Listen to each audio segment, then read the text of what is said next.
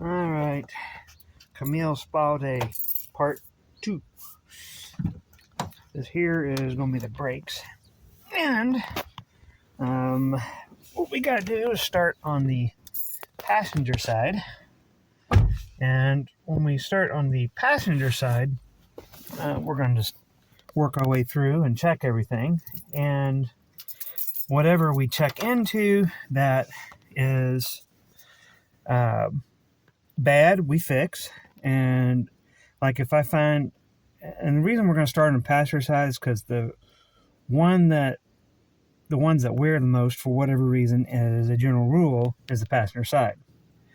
So if they're bad on the passenger side, they're going to be replaced on the driver's side. Now, for some reason, I find they're okay on the passenger side, and then when I move to the driver's side and they're okay, I got to go back and redo the whole thing. So only one way to really inspect the brakes and inspect it right is take the wheel off. So that's what I'm going to be doing. I want to turn this thing around. That way I'm not off in the affirmative and trying to work and cover myself in little gravels and stuff like that. One of these days I'll get concrete, garage, all that stuff. Like I was saying there, the passenger side, I want to start in the rear. The reason I want to start in the rear is because it's, in my opinion, the best place to start. It's the most wear, or should I say it's the least wear, and it's rear brakes are just pain in the butt these days, in my opinion. They stop good, but they are just a bigger pain in the butt. So, what I'm going to do is pop the wheel off and have a look around.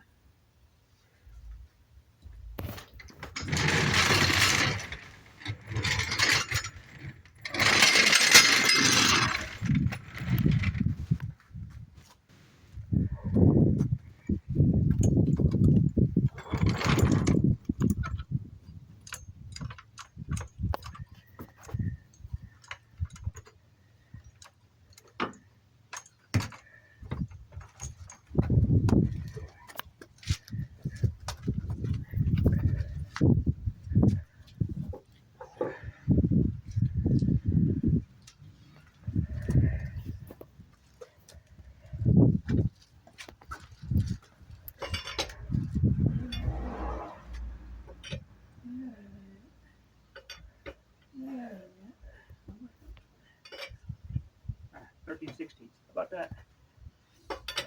Reading skills.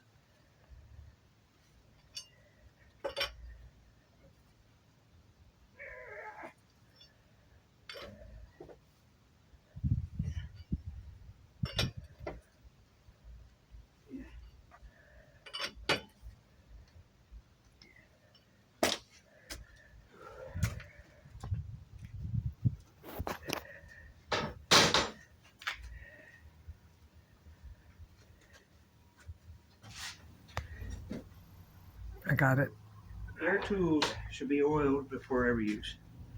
Now, have your oil, Marvel Mystery Oil, whatever you use. I have oils all over the place for it. Oil there, oil up here. You're supposed to put like 3 drops because the valve is open. I usually just until it pops up in the end. It's extra, but I've never had any trouble with my air tools by doing that. Other than getting things oily. My air tools have always worked really well and done what they're supposed to do.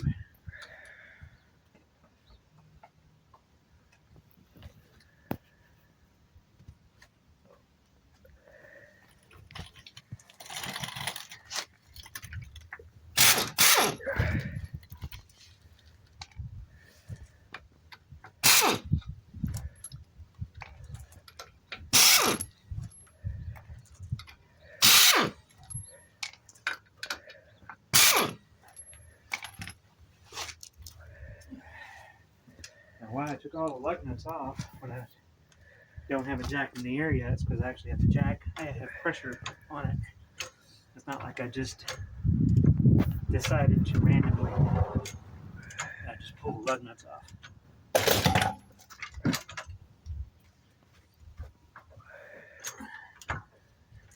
But if I would have done that, I probably wouldn't have done that. All right.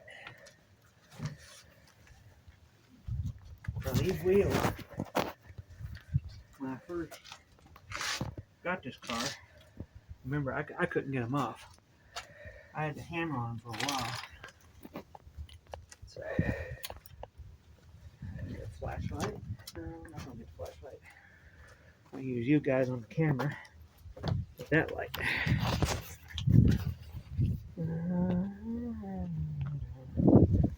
Alright, let's have a look in here.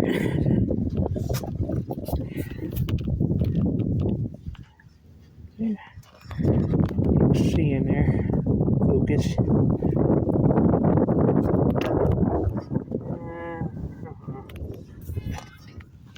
Try over here.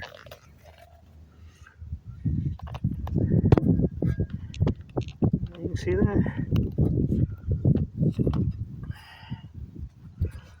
There's plenty of wear in there. That almost hasn't even changed since last time. Everything's good. All I gotta do is put the wheel back on. You torque down the lug nuts. Use a torque wrench. A lot of people just take air guns and run them on there. And the worst offenders I've seen is the semi drivers. What they'll do is they'll take a torque air gun and basically run them all down, and then tell you to come back for a torque wrench inspection later.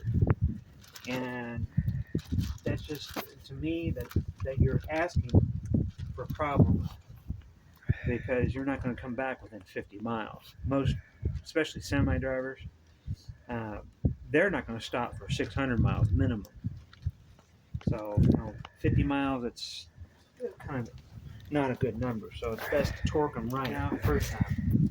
Something I do with these, lug nuts and all that stuff, I do.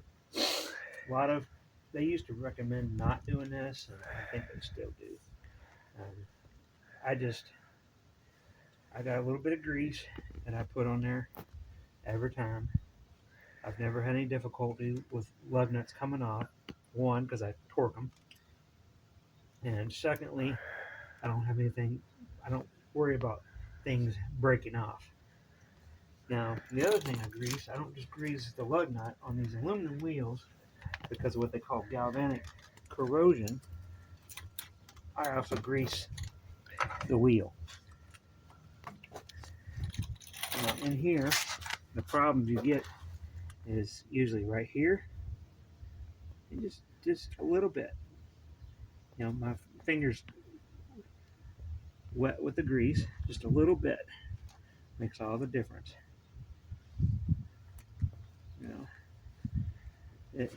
You're not out to grease it per se.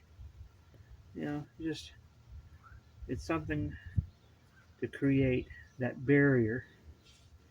The other thing you can use is anti-seize compound. If you're going to do that, that's great. Just a lot of people I've seen smooge it all over the place where it's just a mess. It's just not necessary.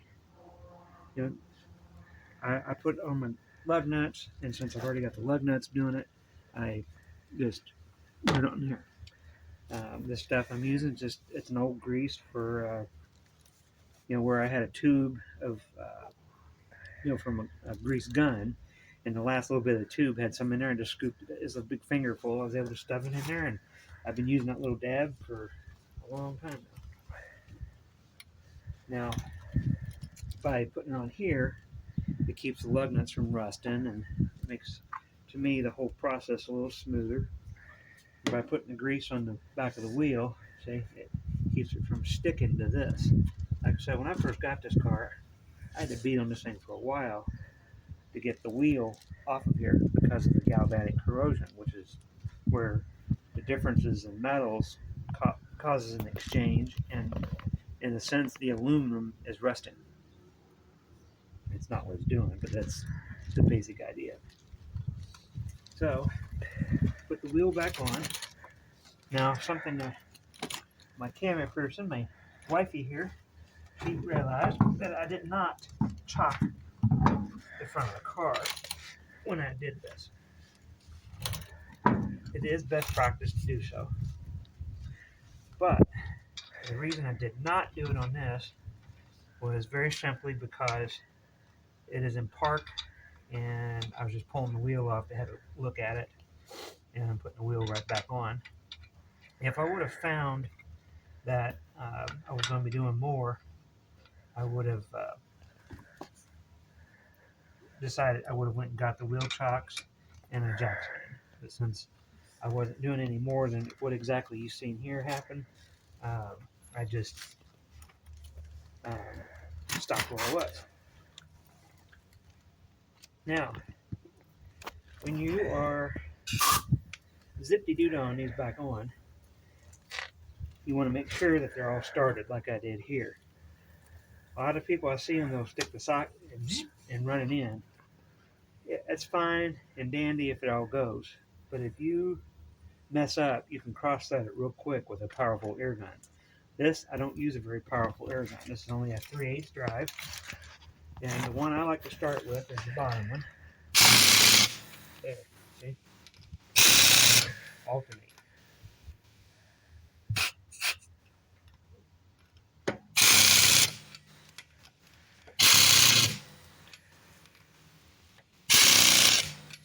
See, now where they're at, they're run down. Now it's holding the wheel in place, and everything is in good shape. So now I can let it off the jack, and then I put some torque on it. But we can say that the back end is going to be fine. All we need to do is the front brakes.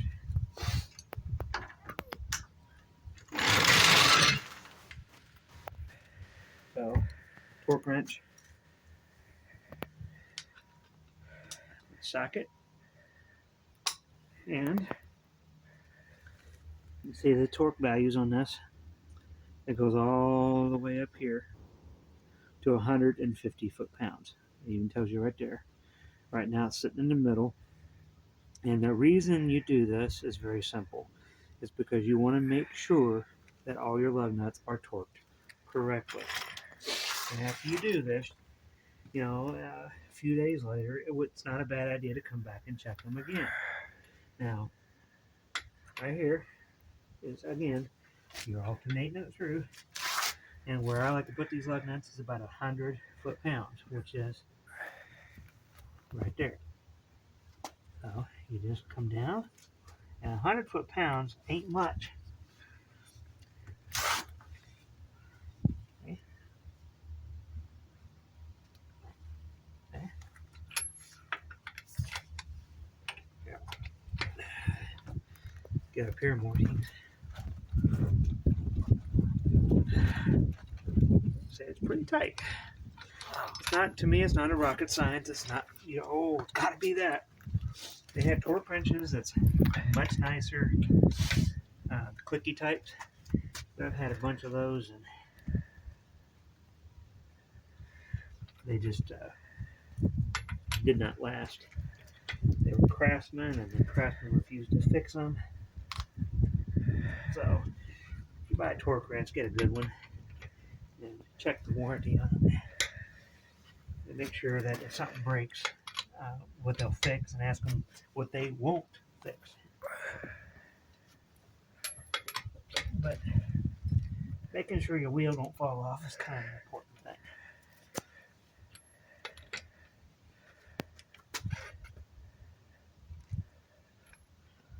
thing. And went all the way around.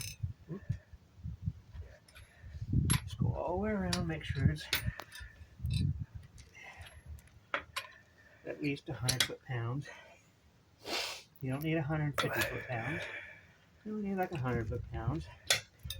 Ideally, you get the spec book out, or the tech manual, and you do research. Unfortunately, on this car, for some reason I can't get one. So I'm not paying $700 for a $1,000 car for a tech manual. Anyway, 100 foot-pounds is generally about right. Recording. They're all even and they're done. Pause. I did chalk the back of the car.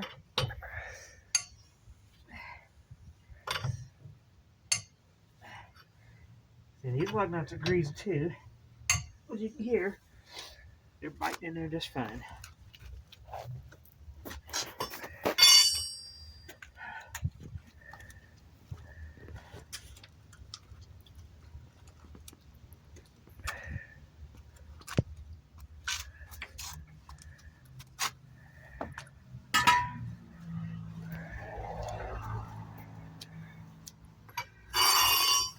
Now keep in mind, I only broke the lug nuts loose.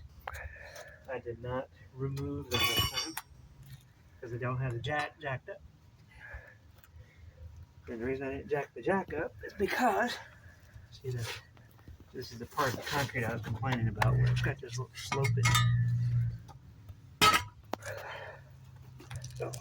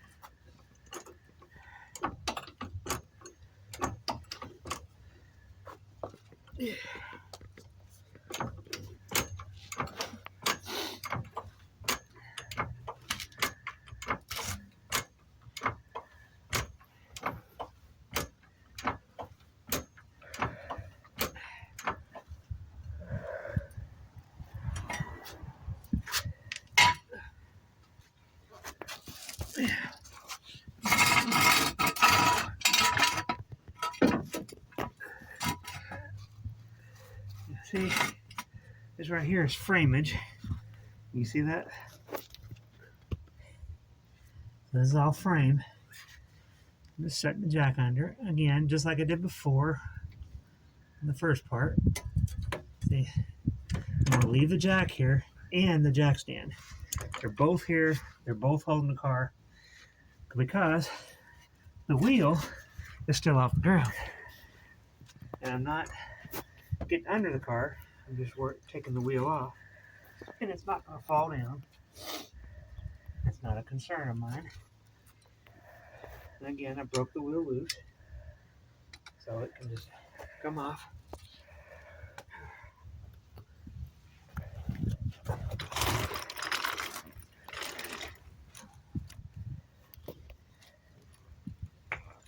All the lug nuts are broke loose. So all I gotta do is zip them off now.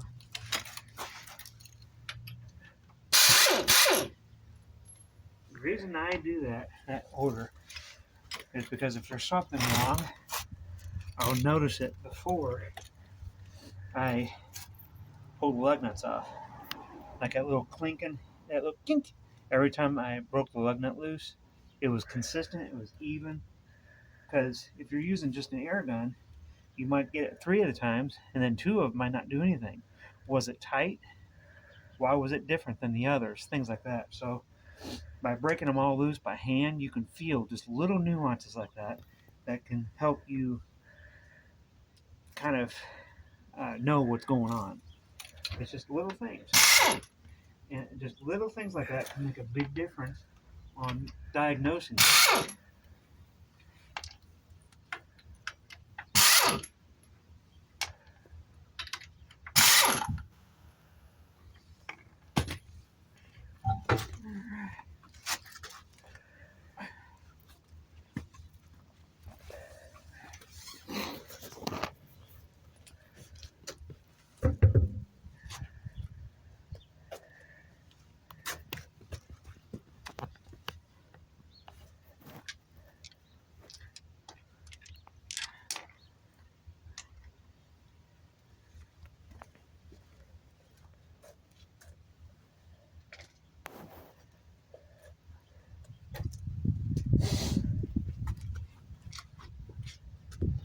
want to look at them first? Get this You want to look at it caliper first? off I already know they need to so we change. can look at the Do I need brakes. to pause it?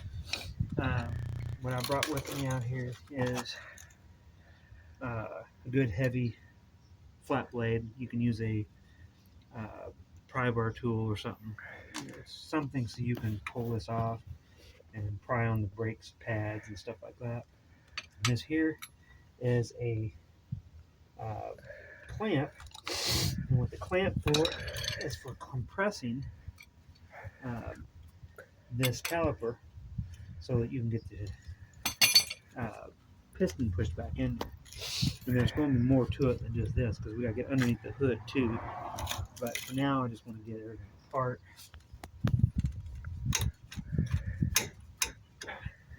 If you got tender hands or anything, just get a rubber mallet to do that with. Because if you're tight, it's going to be rough. I have bruised the palm of my hand, thinking I was tougher than what I was. And while you're in here, you always want to be checking the front end parts and stuff like that. You want to be looking for corrosion and whatever. And basically, if you find any of that, you want to address it or at least acknowledge it. In this case here, I know this thing needs struts, but again, it's got 307,000 miles, and I'm hoping I can not get struts because I hate to buy struts and then have the whole car go down. You know, just I don't expect the car to last that much longer. The only reason I'm doing this maintenance is because I do like the ability to stop. And if we lose that ability, what happens is you start running into things, and then you will end the life of the car. So, but anyway, some of the stuff you'd look at, like this car here. See, it's got corrosion, rust right there. So you can see your strut. You can see all your stuff. You know, your wires. You know, your brake hoses here. Yeah, and the other thing you see is the sway bar front end components, tie rod end, all that kind of stuff. CV shaft, which is here going up inspecting there. All this stuff when you're in here is something you want to do. You know, and to me, it's kind of important. Is that also taking a note of the frame, you know, rust and things like that. In this case here, the frame is not in a dangerous place. That is the part of the unibody that's right there. It would definitely keep me from wanting to fix the car up, but I don't think it's in a dangerous place yet. That's why I've left it. But these struts, if I was planning on keeping the car, these would be ready to be changed. They're pretty rusted here, and it's not just a surface rust. This is a lot of corrosion. I mean, this is a lot of corrosion that's on these, and I guarantee they got over 100,000 miles on them. So you get that many miles, it's got things going wrong with it. So your ride would be better, even though this thing's not bouncing around, but it's very stiff. So I'm pretty sure these are bad. All right. So as you saw, got the two screws out. And you notice they're coated with some kind of galvanic zinc or something. They're there. And all I'm going to do is get in here and just kind of pull them out like this. Okay. And just pull dual piston caliper.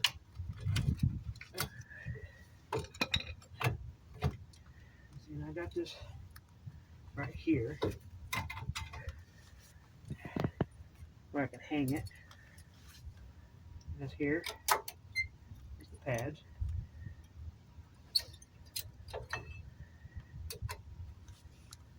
As you can see,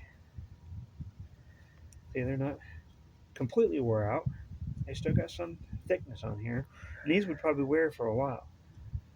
But They're close. I don't want to wait that long. I don't want to wait till they're wore out. And same with this side.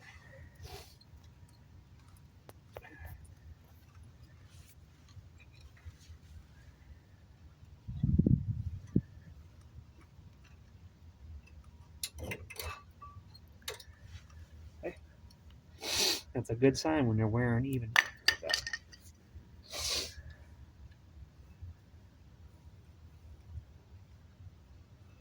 Now, if I was doing this for somebody, business-wise, I would want to stick a mic on this and measure it.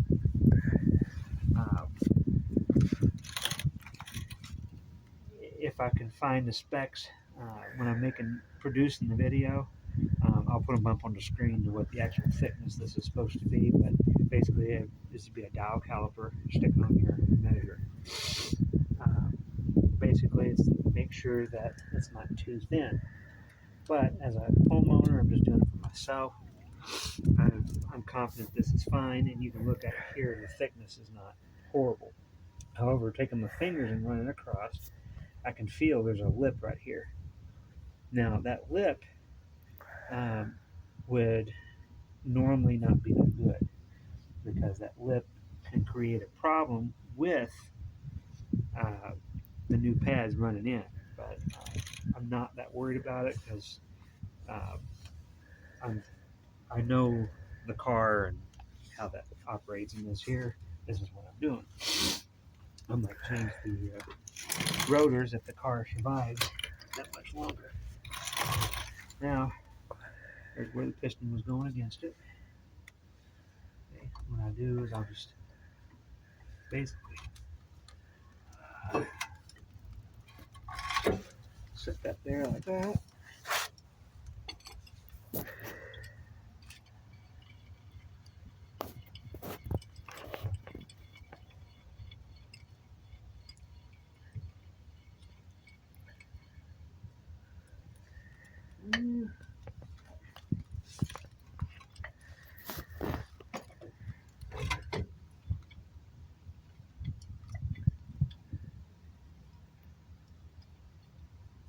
Alright, so get this right in the middle.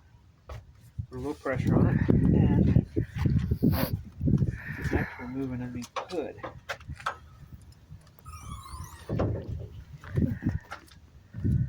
Yep, gotcha. Okay, so what you want to do next is pop this cap off. Don't take it all the way off and lay it off to the side.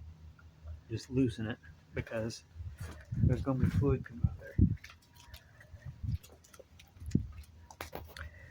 Because what happens, if you don't break that loose, it'll put a lot of pressure that will create resistance that will not work very well.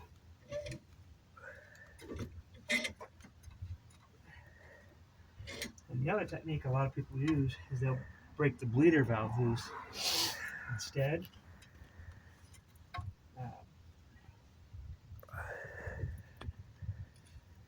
prefer to do that.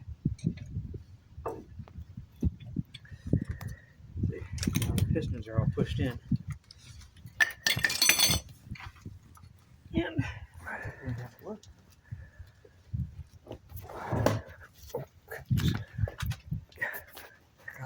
And as you can see, brake fluid came out. Way down.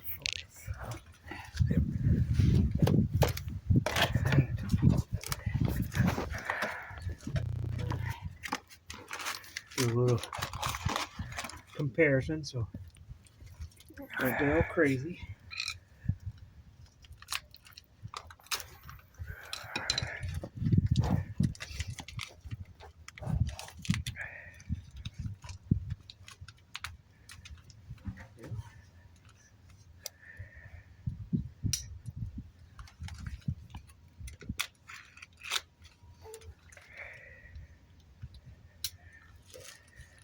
Gummy plastic. Alright, so it came with new patty things for both sides. Good. Alright, so here's the new ones. See how thick they are? designed a little different, but basically the same.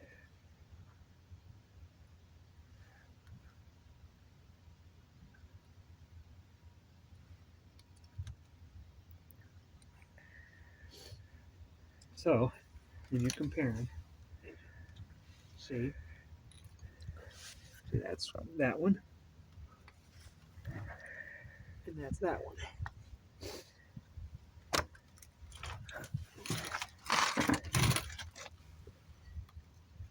See there and there.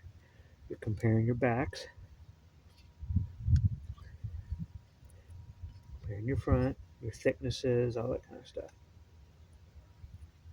So here and there. Okay.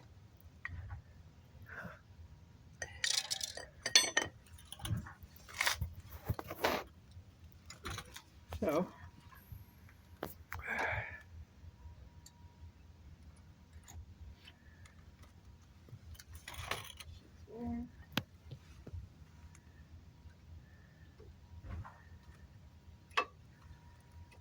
that sits there. Now, if you find a lot of dirt, rust, and stuff in here, obviously you want to clean that off. And in this case here, I really didn't have that much. So this, oh, this thing does not want to roll very good. All right, so make sure you don't twist your hose. Take this, knock it off a little bit if you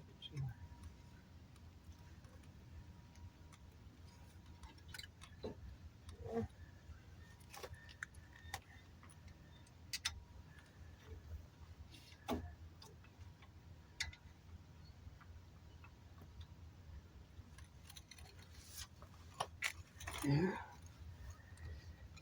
So that needs to come in a little bit. So just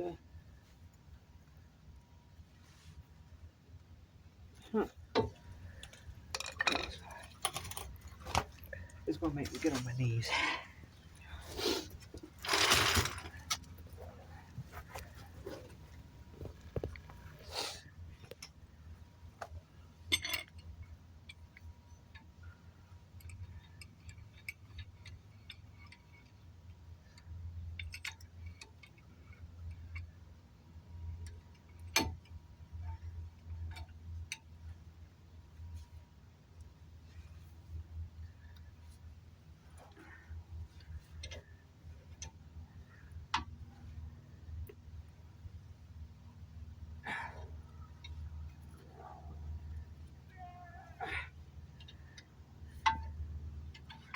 Alright, so this ain't working very good here. So the top one moved good. This one did not. So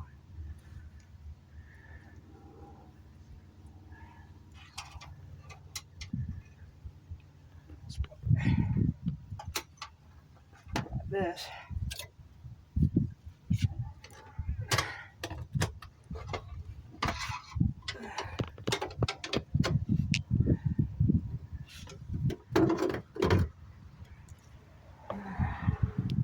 So you can see there's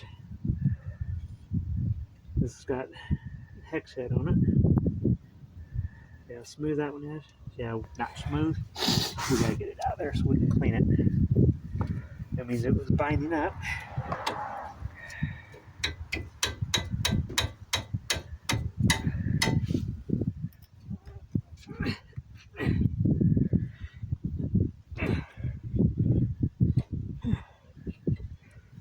Alright. So this ain't the way it's supposed to go. So we gotta dig deeper. These coming off. This kind of stuff is why much professionals get the money they get per hour for this kind of thing. Gotta take this off because they got a $5,000-$10,000 lift they're working on. They got a building. They got heat. They've got dry, and they've got several $1,000s worth of tools because if you're trying to do this with Harbor Freight tools like I am, you run into a little problem. And that problem is usually associated with things slipping and breaking and not being right, because cheap tools, that's what they do.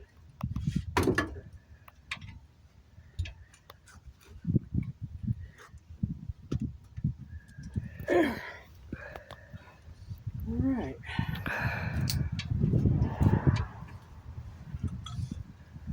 I'm getting the cheater.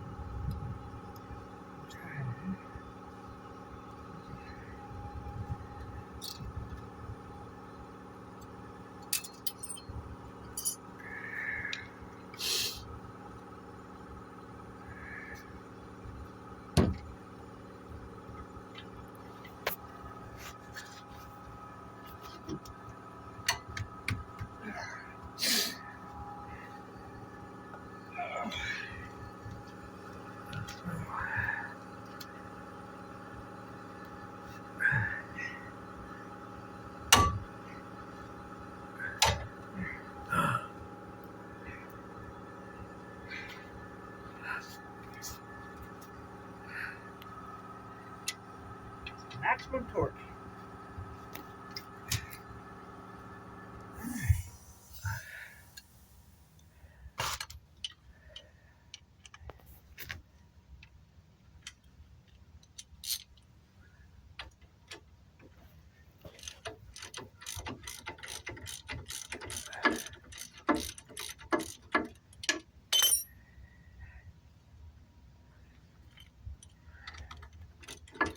This is why you don't try and do anything in a hurry when you're working on stuff like this. That's why you don't want to get too froggy with removing stuff too quick, because let's just assume that I got in here and broke a bolt off. Since that truck is dead, well, it's not dead, it's unsafe. The other vehicle we have is a motorcycle. We'd be kind of screwed. So I'd want to be able to put it back together because the brakes were still working. As you seen, I was moving it around.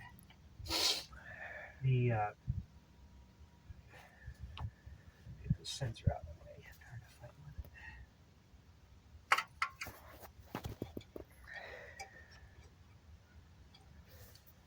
with it. But you don't get too froggy with stuff like this. If you get out of your skill level, I've seen a lot of people doing forums and stuff, is they will a lot of times post stuff. Hell, I'm in a pickle. Well, you wouldn't get a pickle if you took your time, because you would not be in a place where it would become such an emergency, because you would take your time and give yourself a chance to figure it out. Anyway, there it is. Now we're going to take it to the bench and work on it. Alright, so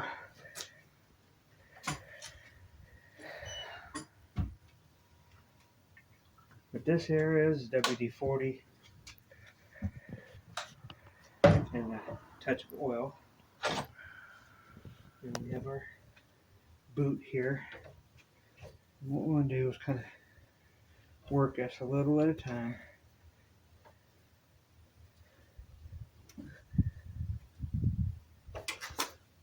So it is a sealed unit. So this side here, it's all lubricated and they pop out. The other thing I could do is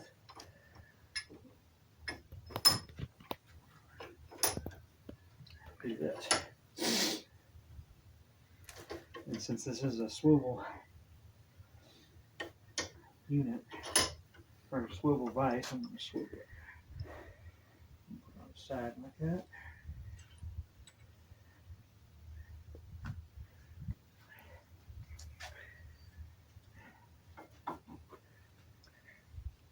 A little bit more.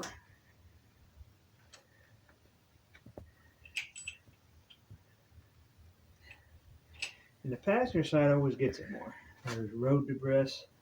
You're driving through puddles on the edge of the road, things like that. So, you know, it's catching more stuff than the rest of the.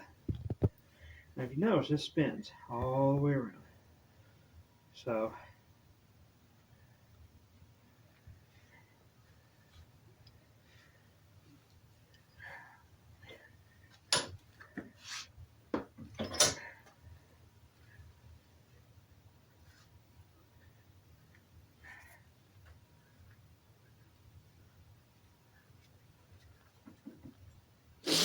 it's going to take a minute to do this.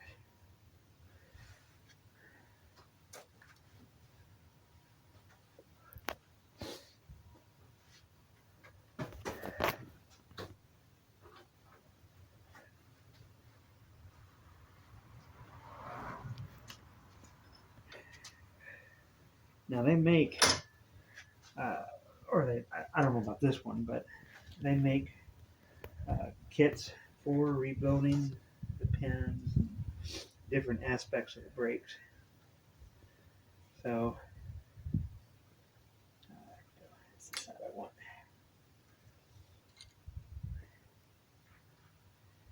So, what I'm trying to do, I gotta get that seal up. Get this lubricant in there.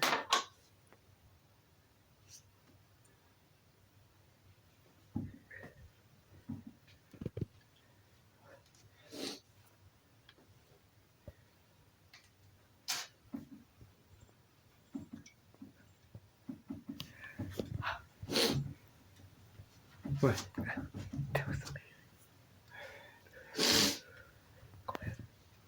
Here we go. I thought it was. Okay, gotcha. Alright, so this is what I'm going to use to clean that little shaftage out of here with. So we want to take the rubber out. So that rubber sits down in there pretty deep. See, there's a little rubber. It's still flexible and everything. But see, that's dried out there. So we want to clean this off and we want to clean that out. And then we'll take some brake lube and re-lubricate everything.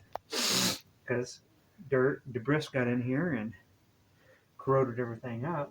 And we want to de-corrode it. So, alright, so I have found the easiest way to clean up stuff like that is pretty much the simplest way.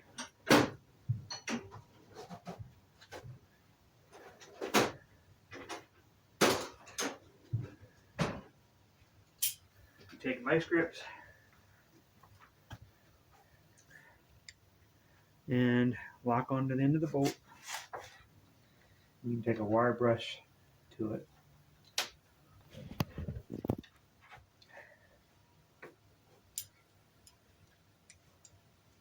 Yeah, these guys are stiff.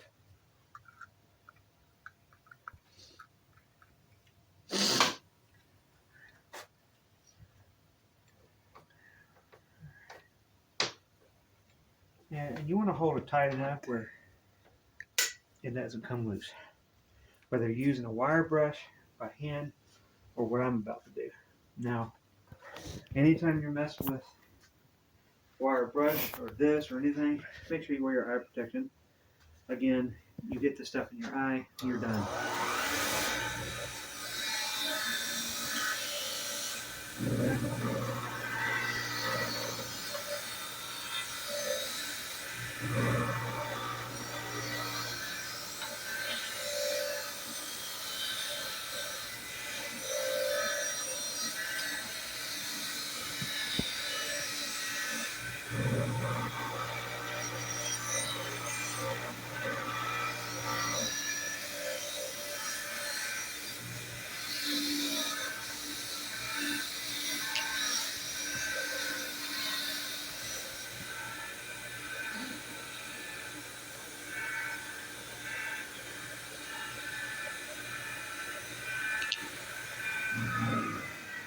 See here?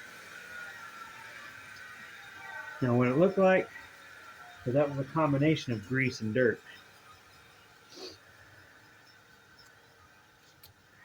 So, now, this, like I said, is WD-40.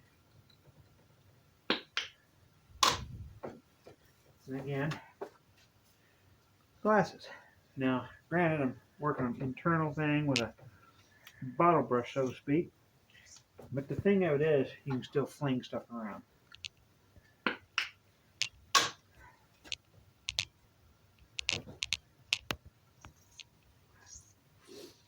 Alright, so what I'm going to do is a little cheating. Because I can.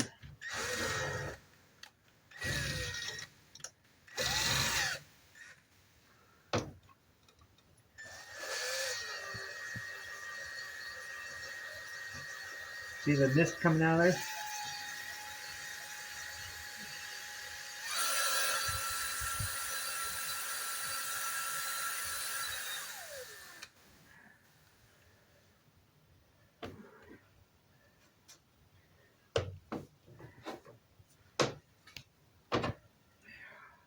See the slime? So it says, nice and smooth again. Let's see that? That's definitely dirt still. So we want to do this again.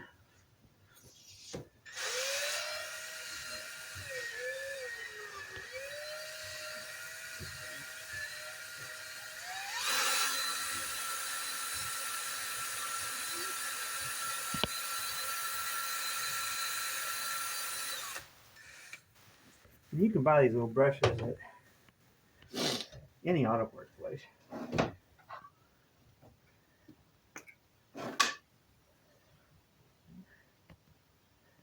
Oh yeah, see the hard stuff that came out of here? Yeah.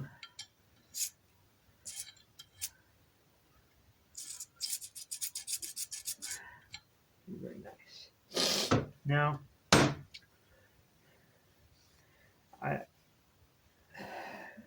you don't want to use heavy oils, and you definitely don't want to necessarily use water.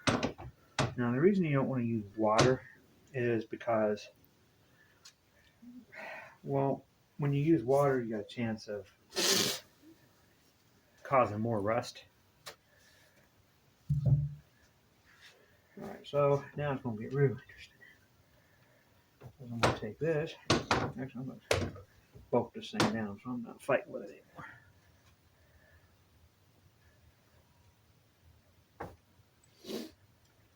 But if you use oils on the brake system, you got one of two things happening. You can cause your brakes not to seat right.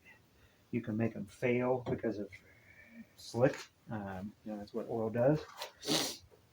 And then you got the other end of it where you just collect dirt, which again could cause brake failure.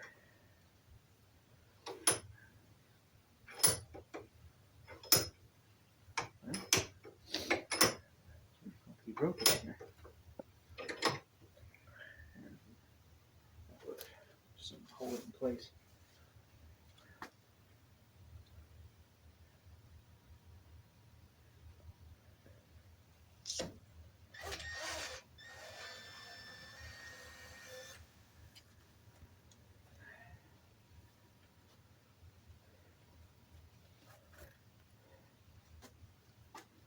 Yeah.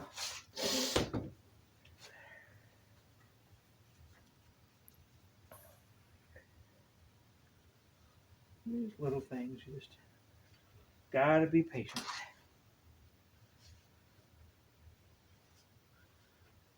Yeah, shove that in there. Now, if you use a cheap paper towel, you do this, you might just rip it off in the hole, and then you're digging paper towel out of your hole too. You know, so don't get all crazy thinking you're gonna shove a paper towel in there. Because the other thing that happens with paper towels is you leave fuzz behind. These are regular shop towels. You buy them all day long at these AutoZone and O'Reilly and all those guys. So, all right. So now this here, this end is the side that goes down in there. Now, one of the things that happened with this car, I've gathered, is it sat for a long, long time.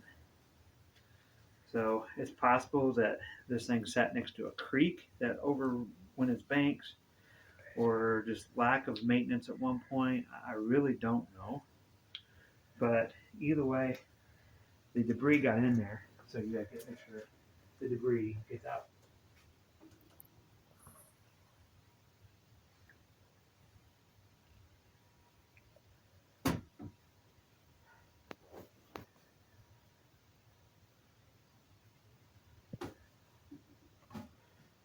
All right, now, where is it? There it is. This is stuff you can get at auto places, brake grease. In this case here, it's a synthetic brake grease. And make sure you use brake grease on brakes. If you use anything other than brake grease on brakes, it can get hot, melt, and go somewhere where it's not supposed to. Any number of things. So make sure you use brake grease on brakes.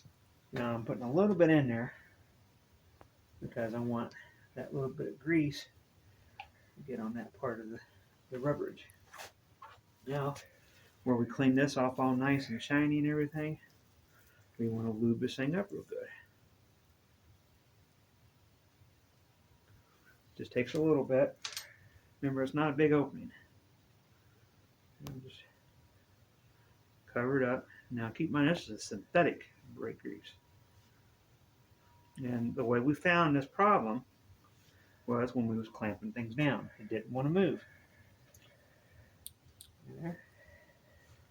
Come down. See? Everything moves nice. Everything moves nice. See? That's what we want, is that movement. If you don't have that movement, that's bad stuff.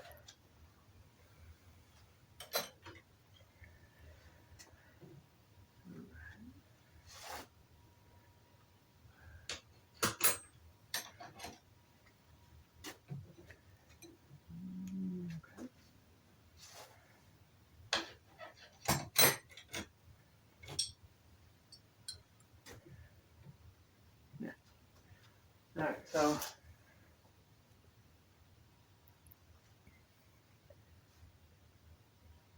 with this, so you got this where you can hold it, tighten it down. Everything's got its stuff, so there you go. Now, one thing to note is there was a little spot of, one little spot of thread lock. on one of these bolts, and that's the only stuff I saw. I don't put thread lock on anything that I take off on a regular basis, and brakes is one of them. But as you can see, it had thread lock on it at one point, so I'm going to put it back on these. And you jumped on the ground way too quick.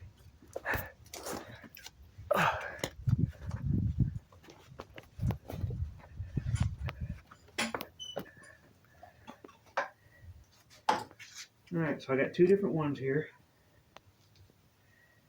One's a red, which is what this was, and the other one's a blue. You want to make sure you put red, which is the stronger stuff, on there. So, and the reason why is it takes more heat to break it loose. Now these, in theory, I shouldn't have to take off, which goes back to what I'm saying. I'm not going to put thread lock on these. But there was a little spot of it on here. The bolts had it, so there I go.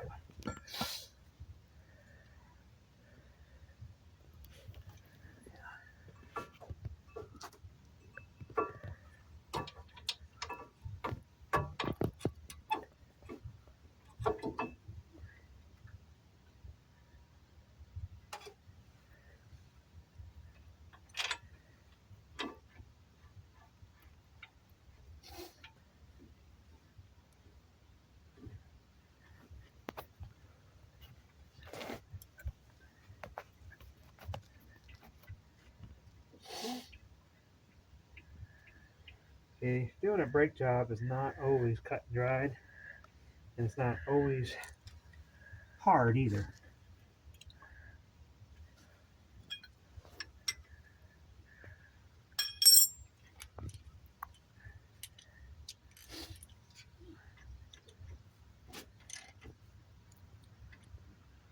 It doesn't have to be hard. You can make it hard. And again, watch out for those sensors. Don't beat the wires up. Now, remember, I had to use the breaker bar to get these loose, which means they were tight. They were super tight. And again, I don't have a manual on this thing to know what the torque value of this is. I just know it's a lot. So you want to give it a good twist. I'm feeling it.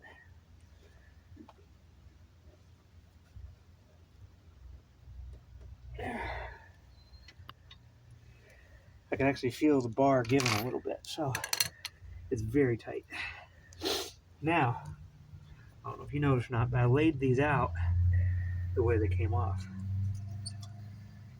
That way, they go back on the way they came off.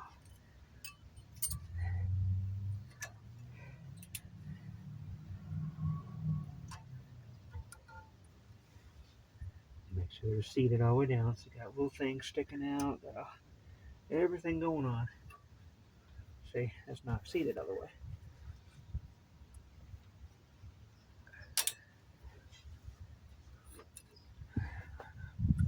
It's not doing something.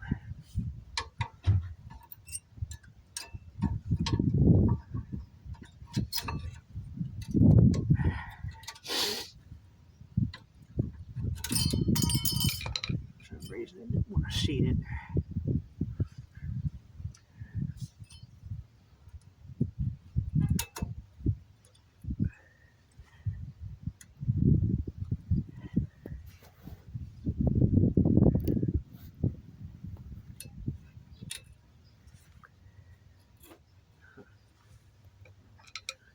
What these are is anti-rattle clips.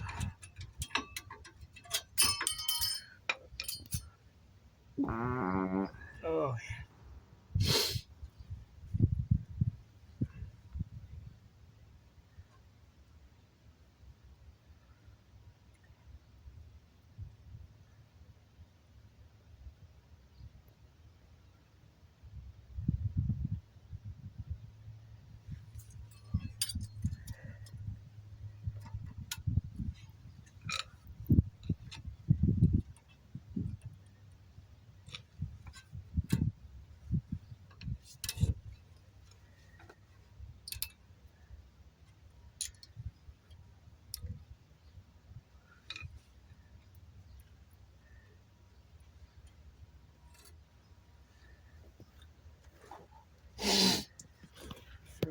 on here.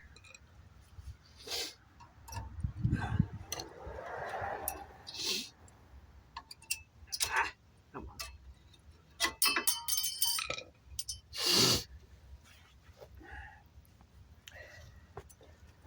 Always something.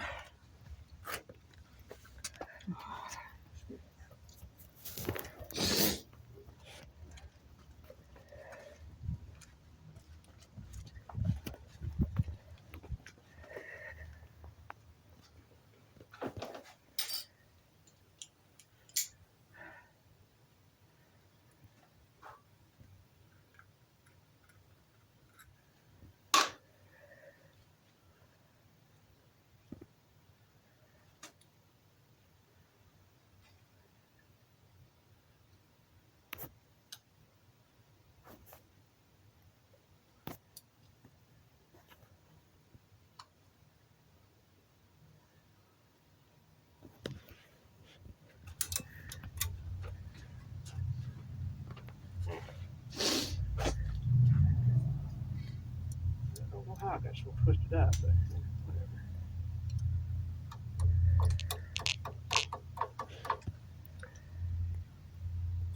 I mean, it literally went from here to there. Somehow got twisted up. Because it's not much of a clearance. Okay, greasy fingers, don't touch the pad.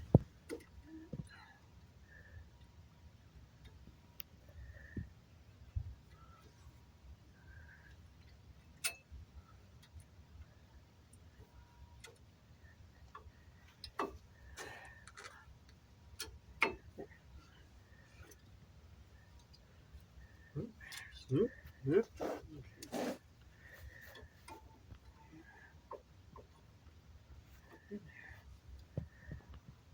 Yeah, see?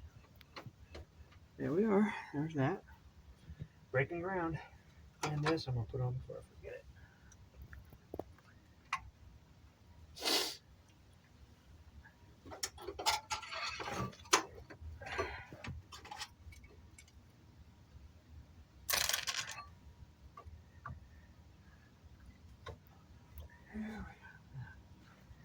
Now we're scooting along here.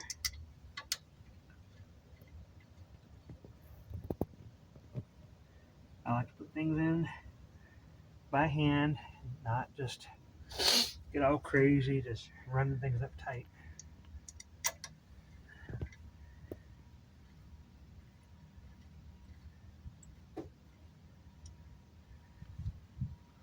Okay. Now, again, it's 14 millimeter.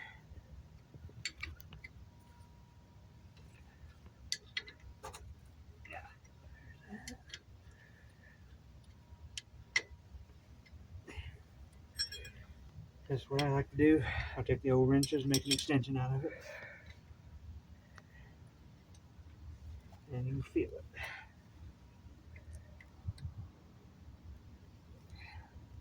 See, it's spinning now. So,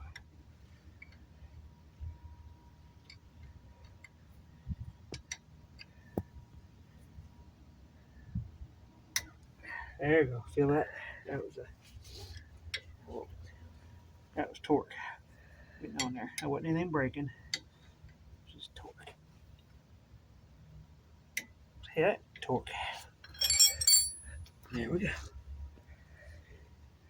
There we go. So now everything's scooting around, doing what it's supposed to do. Now this wheel is done. Take your old pads, throw them in there.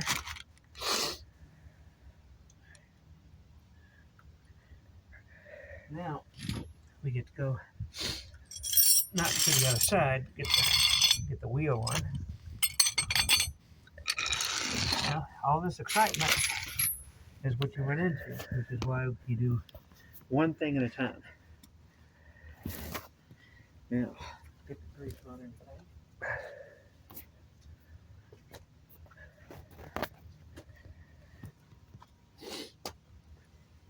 Just a little dab. A little dab.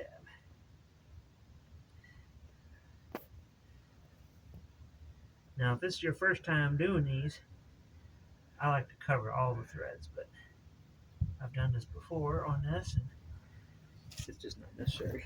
And again, just like the other wheel,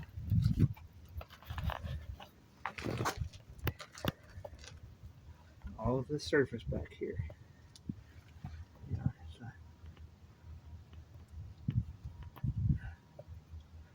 all this stuff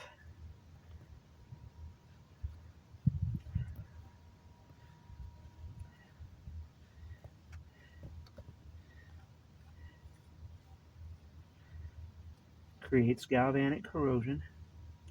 What this does is just make sure that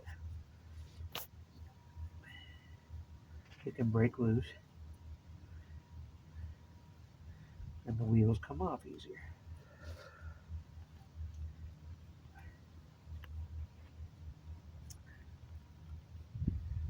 Alright, so I do that on every wheel when I take it off every time, especially aluminum wheel.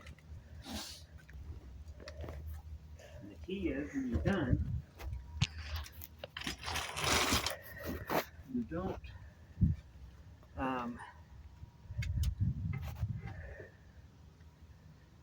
when you take the wheel and put it back up, you torque them all the way down where they're supposed to be. Be intentional with what you're doing. If you're not intentional with it, you have no idea what you've done. If you don't know what you've done, either you need to find somebody that knows what you're doing, or you need to understand what you're doing. In this case here, I'm using my experience on other cars to what I'm torquing these down to. And if you've never done that, talk to a tire shop, get a tire shop to do it for you, or have somebody else do it for you. Don't be jumping into something you don't know and just start randomly doing. Make sure you do things with intention.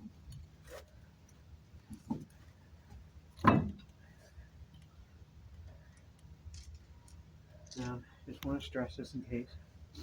Make sure you start your lug nuts.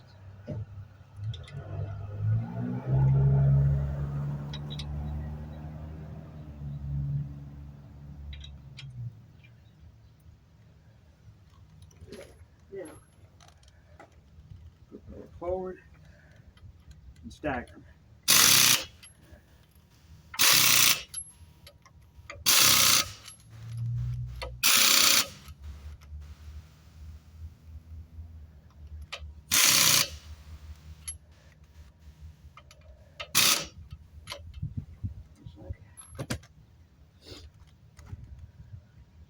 Now I'm putting these to 100 foot-pounds.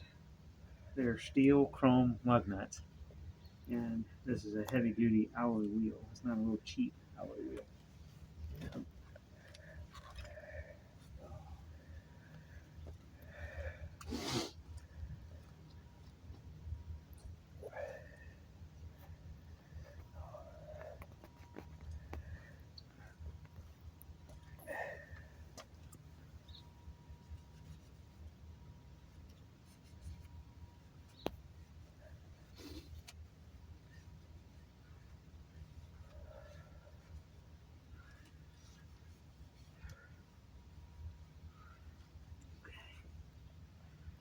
And put Camille back on the ground, so jack it up. Get the jack stand up.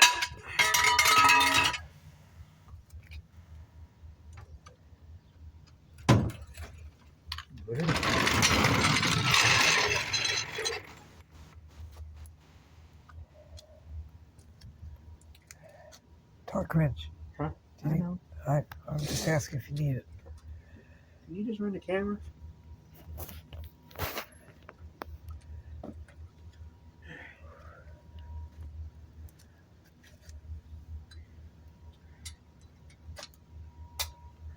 Alright, so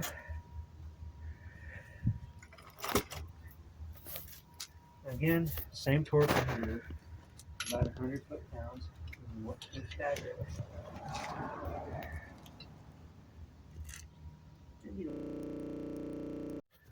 we got two things we're going to do. First thing, pump the brake.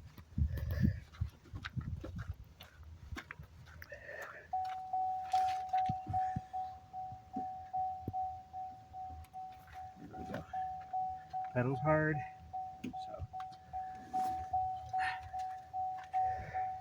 So brings the calipers back where it's supposed to be. Now, our brake fluid's too high. Maximum level. Get over here we can see. Maximum level is supposed to be here, but it says all the way up here. You want to get one of these, and if you get one of these, make sure that you get it and use it only for brakes. Don't use it for engine oil and soap and water and all that kind of stuff unless you clean it completely out. If you get water, oil, or anything inside this brake reservoir, you're going to mess it up. So what I'm going to do is just stick this down here, suck it down. See, I don't know if you saw that or not on camera there, but you know, it sucked it down where it's below that level. And it's now in here. Now this stuff is junk, so you want to make sure you put where junk oil and stuff like that is.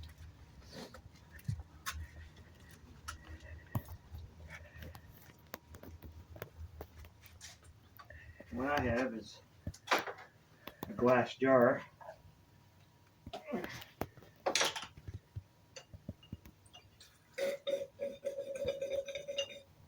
That I squirted off into.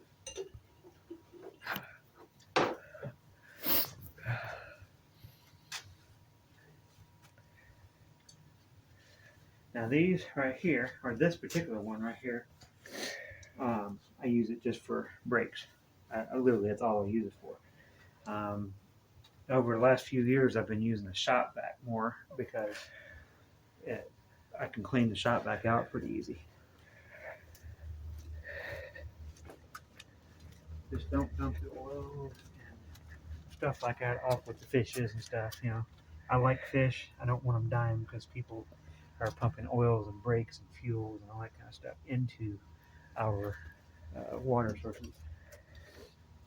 All right, so now I just gotta flip this thing around so I can get the other side. Let me get out of the way. I'm recording.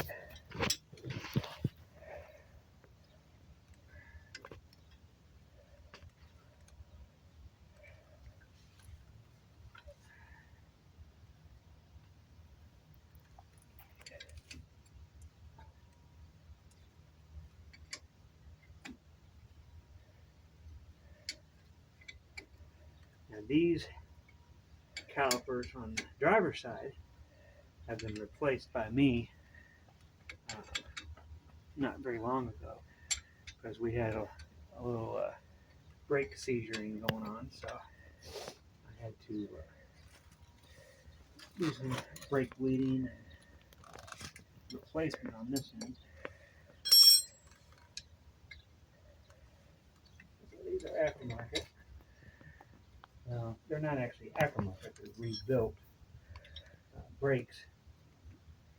So they won't be froze up like the other ones were.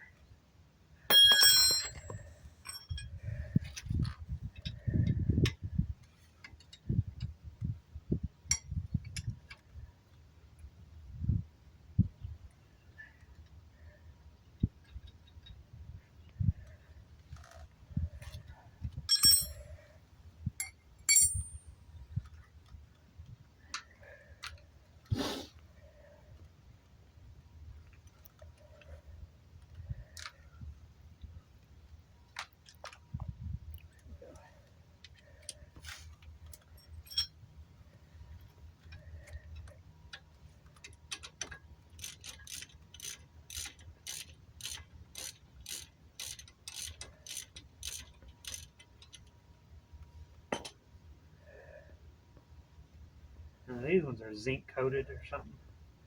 The whole caliper is.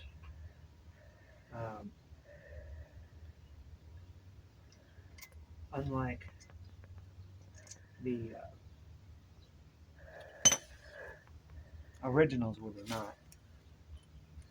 I don't know if they're originals with a car. There's no original to me. This is the only one I put on. And the reason, again, we was going down the road one day and all of a sudden everything froze up and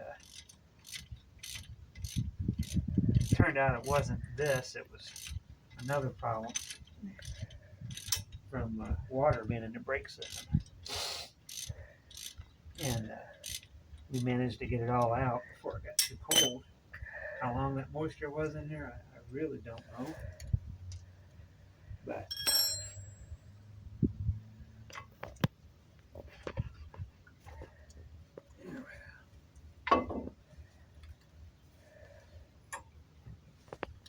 there's that one.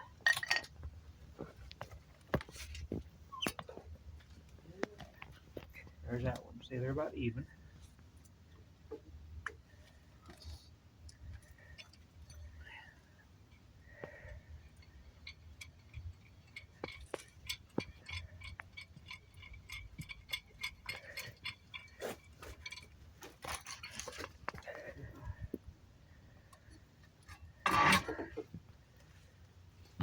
Set this right in the middle.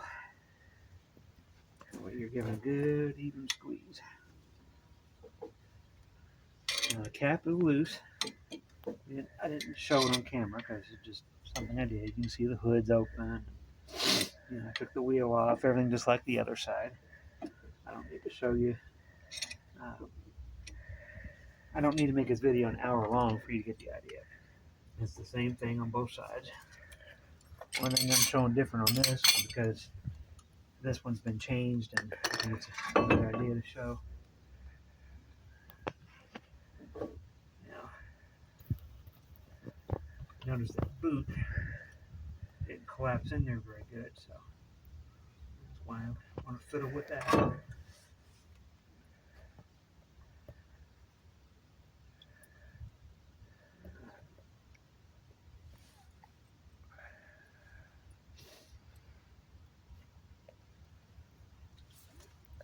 Alright, so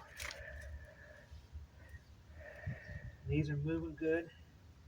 Brand new one, so that's not a problem. No, it's not brand new. It's literally 6 months old.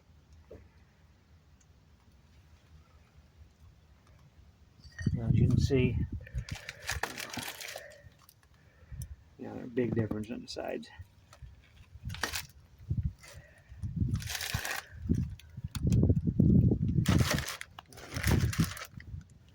That was that little protective thing on it. So there's that one. These are metallic, technically semi-metallic brake pads. So this goes right back on there.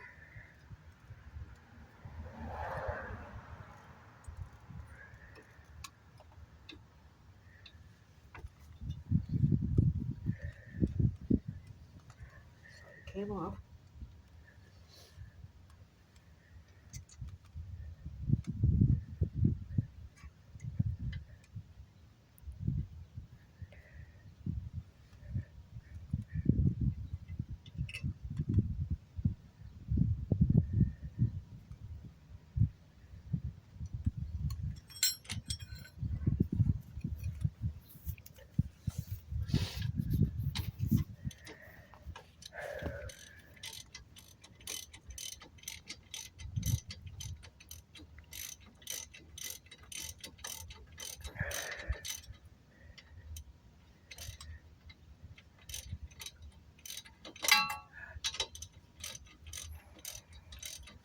Just tight enough that I can't just spin it on there. So I'm trying to use a big 1/2-inch wrench to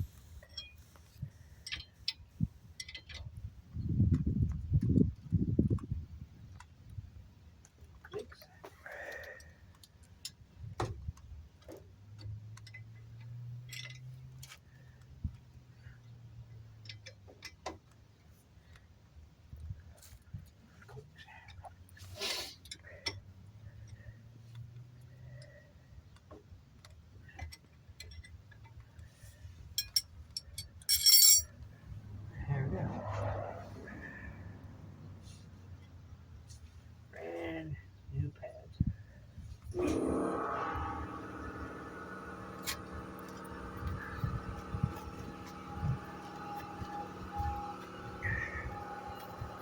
it didn't spill out on that.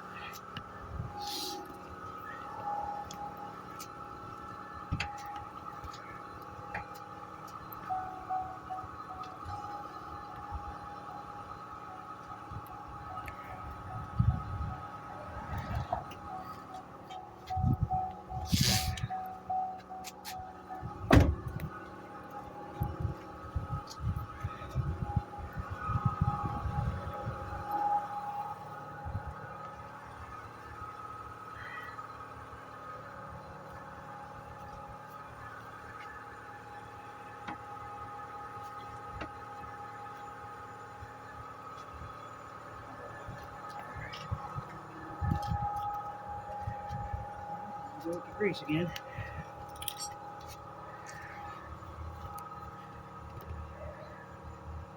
Again, just a little dab will do it.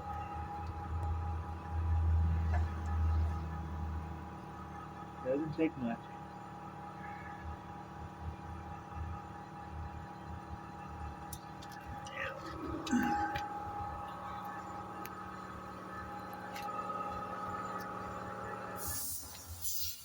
These wheels aren't in real good shape, but again, 307,000 miles. One gets pretty tired.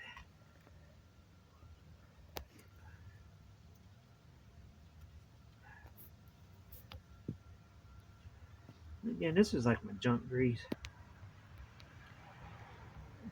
It's not necessarily like a bearing surface grease. I don't use this on that kind of stuff because this grease here would be good on bearings if it was clean. But doing stuff like this, it's not clean because there's trash in here and all kind of stuff. It's the only thing I use this grease for.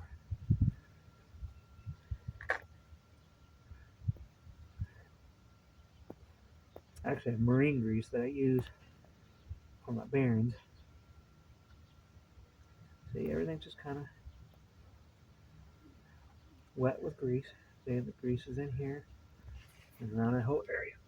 And that way, it's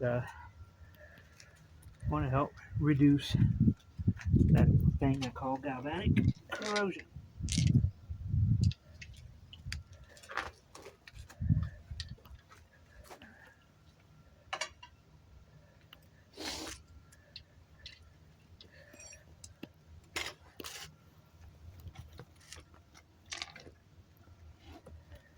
See how quick that went. If it was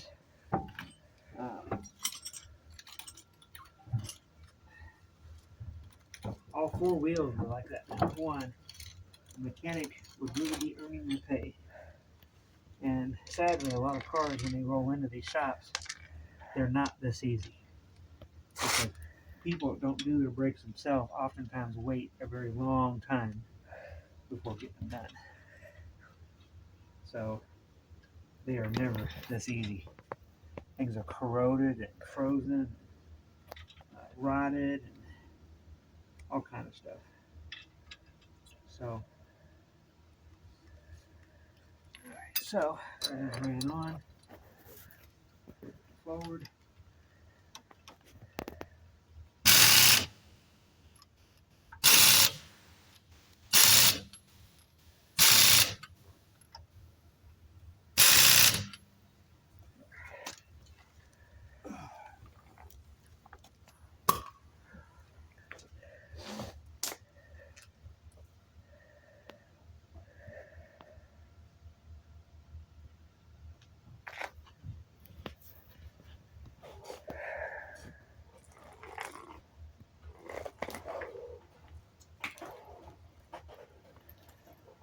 Go.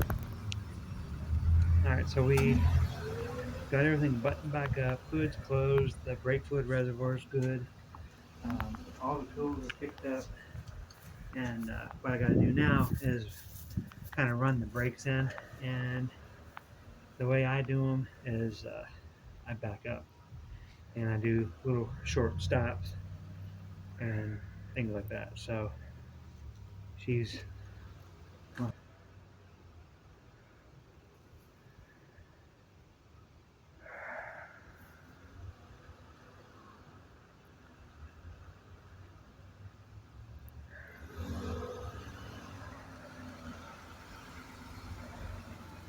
chill out and staring at the phone and anything. Okay. Okay.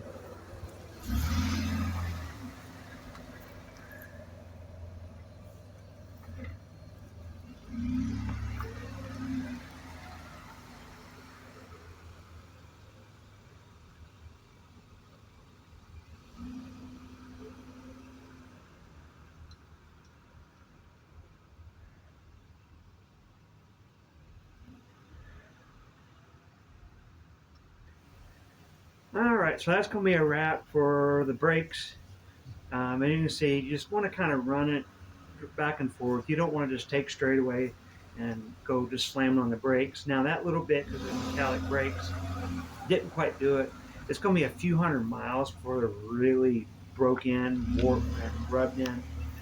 And the reason you do that, especially on older brake systems, that you're not changing the rotor on or turning them or anything, is because the surface on the rotor may not be perfectly flat, or the surface on the pads may not be perfectly flat, or neither one of them may be perfectly Pause. flat, new or old. And what it does, it just makes them where if you got a rotor shaped like this, your pad will contour to that and give you full braking surface. Otherwise, you're stopping like that. So you're rubbing everything to where it's working together, doing what it's supposed to do. I've taken rotors that's been really bad shape and put metallic brake pads on them as a get me by for really bad grooved rotors, and it worked fine. Um, I, I was young, and that's just the way it went. I didn't worry about changing them out. I just that's how I rolled. But now probably next time I'll either get them turned or check them or whatever. Like I said, if I can find the specs for it, I'll put it up on the screen when I'm posting up what the minimum thickness is supposed to be for those. Obviously, I didn't check it. I'm not concerned with it. Uh, if it was thinner or more warped, I might be more worried about it, but it was just not that bad. So that's it for the brake portion of the spa day. Up next will be the oil change, and we'll get that video up pretty quick here, pretty soon. But that's all I know.